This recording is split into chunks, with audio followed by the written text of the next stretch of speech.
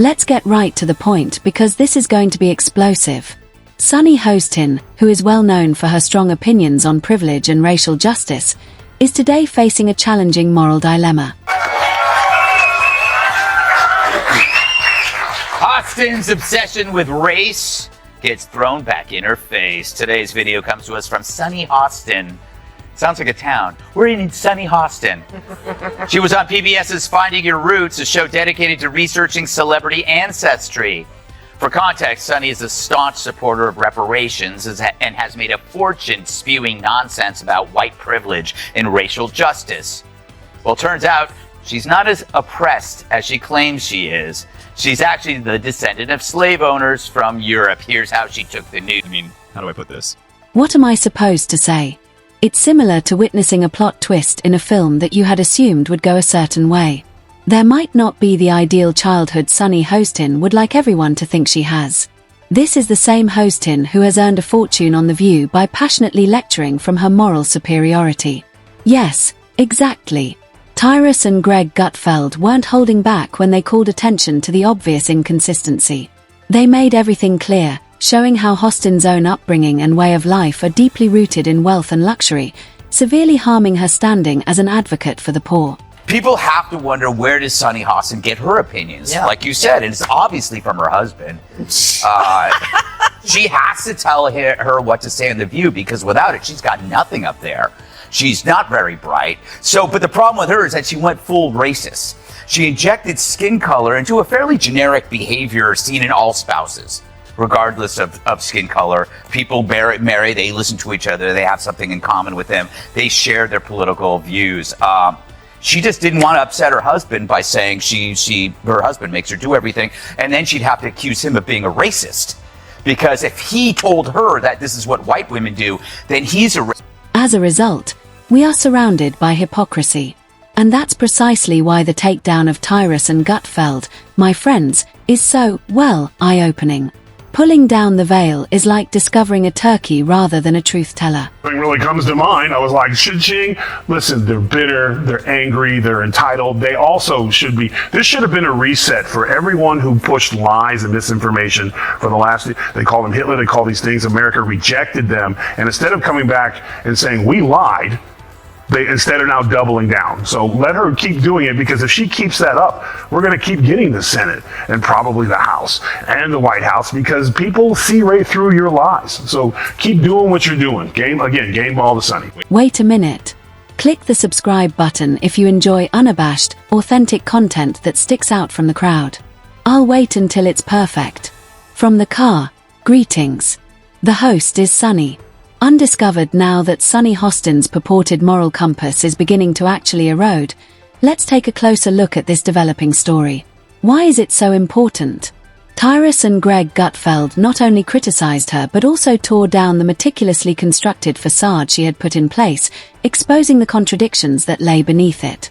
Hostin versus Gutfeld. Greg Gutfeld's use of his trademark sarcasm and razor-sharp humor to walk viewers through Hostin's past and contrast it with her public demeanor was impossible to ignore. Hostin, who I think is truly the nastiest woman on television and a genuine racist and not that bright, despite her law degree and everything else. She found out a little bit, these TV shows where they tell you a little bit about your family history and your ancestry. She found out some stuff about her ancestors that, take a look. Wow, I'm a little bit in shock. I just always thought of myself as Puerto Rican. I didn't think my family was originally from Spain and slaveholders. So how are you feeling, my friend? I think it's actually pretty interesting that my husband and I have shared roots. Yeah. So I do appreciate it. I mean, it's really amazing.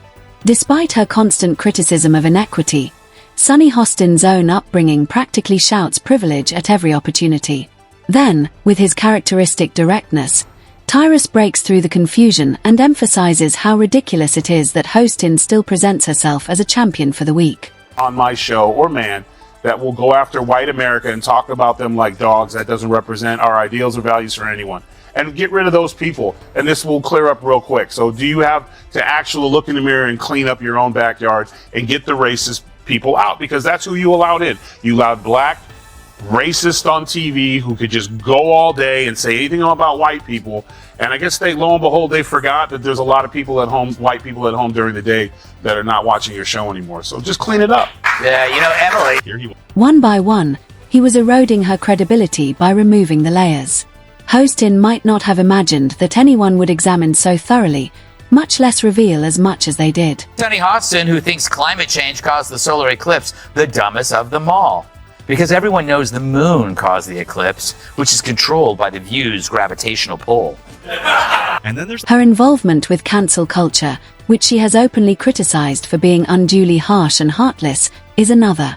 Ironically, though, she has been among its most vocal supporters.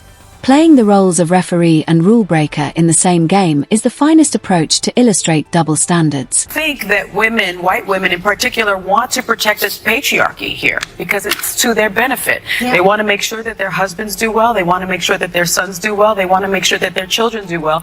And they want to make sure that they do well. Most of the women in some of these studies are married white women, and they do fall in line with what their husbands are doing.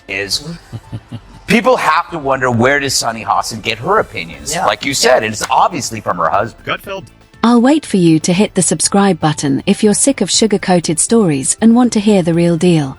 Welcome on board. Let's get right to the analysis of Sunny Hostin's public persona, which Tyrus and Greg Gutfeld recently damaged. The problem? There is criticism of Hostin's painstakingly maintained image as an advocate for the poor. When Gutfeld, with his usual wit and caustic humor, compared Hostin's account on The View with her real privileged upbringing, it was difficult to overlook the disparity. Tyrus responded bluntly, pointing out how ridiculous it is for someone who has led a comfortable life to give a speech about structural injustice. They contend that Hostin's interpretation of social justice is more of a spectacle than a theory. The inconsistencies are glaring. A woman who advocates for equity while denying the privilege that is ingrained in her own life experience, who criticizes cancel culture while actively supporting it, and who asserts that she elevates disadvantaged voices while rejecting opposing viewpoints. Like a knife, Gutfeld utilized irony to cut through Hostin's polished surface and reveal the contradictions that lie within. Tyrus also didn't mince words. He stated quite plainly that Hostin's message isn't authentic since she refuses to accept the platform she has been using. Tyrus delivered strong punches with straightforward communication, while Gutfeld set the tone with scathing mockery. The two worked together like a well-oiled machine. However, this was not only about eliminating Hostin, it was also about drawing attention to a much larger problem: the emergence of public people who fail to uphold the ideals they espouse while establishing entire businesses based on virtue signaling. Their scathing analogy of Hostin's previous remarks to the ancestry discovery served as a startling reminder of how frequently we are presented with a compelling narrative that breaks down when we dig further. Suddenly, her talks about racism and justice sound more like prepared speeches, emphasizing marketability above transformation. The true disappointment lies there. Tyrus and Gutfeld not only criticized her but also examined the more profound relationship between integrity and appearance. Ultimately, they left us with some difficult questions. What is the current number of Sunny Hostins? How frequently do we hear misleading stories presented as morality? We appreciate your thoughts, so please feel free to share them in the comments section below.